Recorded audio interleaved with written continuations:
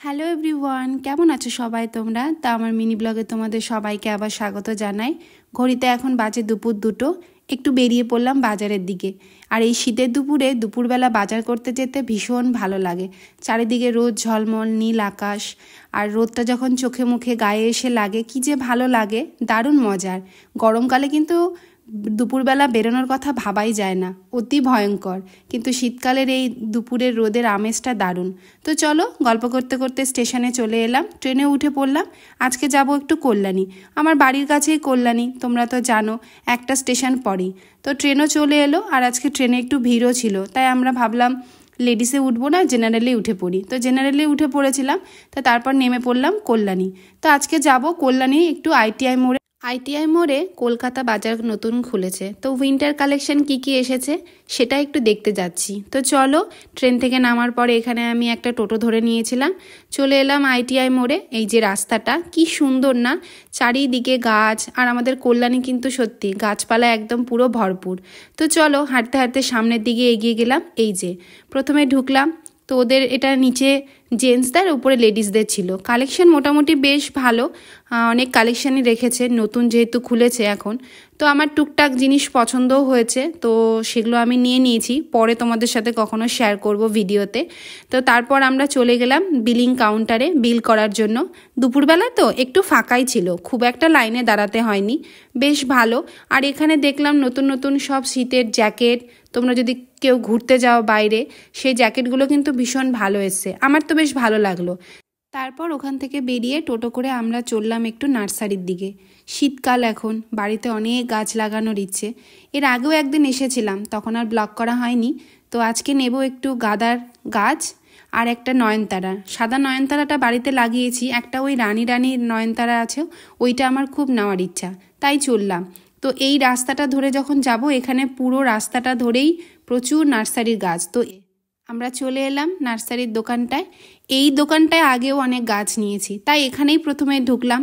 তো এই দেখো, আমি পেয়ে গেছি আমার মনের মতো নয়নতারা গাছটা, আর দুটো গাঁদার চারা নিয়েছি। আর একটা সাদা গোলাপ নেওয়ার ইচ্ছা ছিল, কিন্তু সাদা গোলাপটা না খুব একটা ভালো লাগলো না, সব ছোট ছোট দেখাচ্ছে। আমার বাড়িতে সাদা গোলাপ লাগানো ছিল গতবার, হনুমানের এত অত্যাচার, হনুমান যে গোলাপ গাছও খায় আমার জানা ছিল না, পুরো গাছটাকে দুমড়ে মুচড়ে ভেঙে দিয়েছে, এত খারাপ লাগছিল।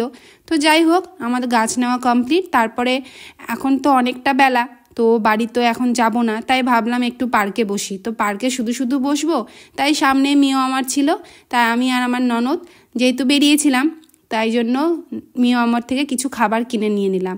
আর এই যে আইটিআই মোড়ে এই সেন্ট্রাল পার্কের এখানে একটা পার্ক আছে ছোট, এখানে আমরা ঢুকে পড়লাম, এখানেই বসবো। এই পার্কটা সুন্দর, এখানে টিকিট লাগে না, সবাই আসে গল্প করে যে যার মতো।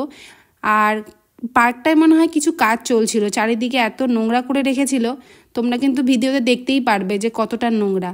আর ওরাও দেখছি অনেক গাছ লাগিয়েছে নতুন নতুন, আরও কিছু হচ্ছে, কিন্তু চারিদিকটা এত নোংরা করেছে। এই দেখো, তো একটা জায়গা পেলাম, কারণ খাবারটা তো নিয়েছি, বসে তো খেতেই হবে। তো চলো খাবারটা এবার খেয়ে নিই। আমি নিয়েছিলাম চিকেন প্যাটিস, আর ননদ নিয়েছিল চিকেন স্প্রিং রোল, ও এটা খেতে ভালোবাসে। তা আমরা খেতে খেতে এখানে অনেক গল্প করছিলাম, সংসারের চাপ থেকে কিছুক্ষণের জন্য বিরতি নিয়ে দুজনের অনেক গল্প হাসাহাসি।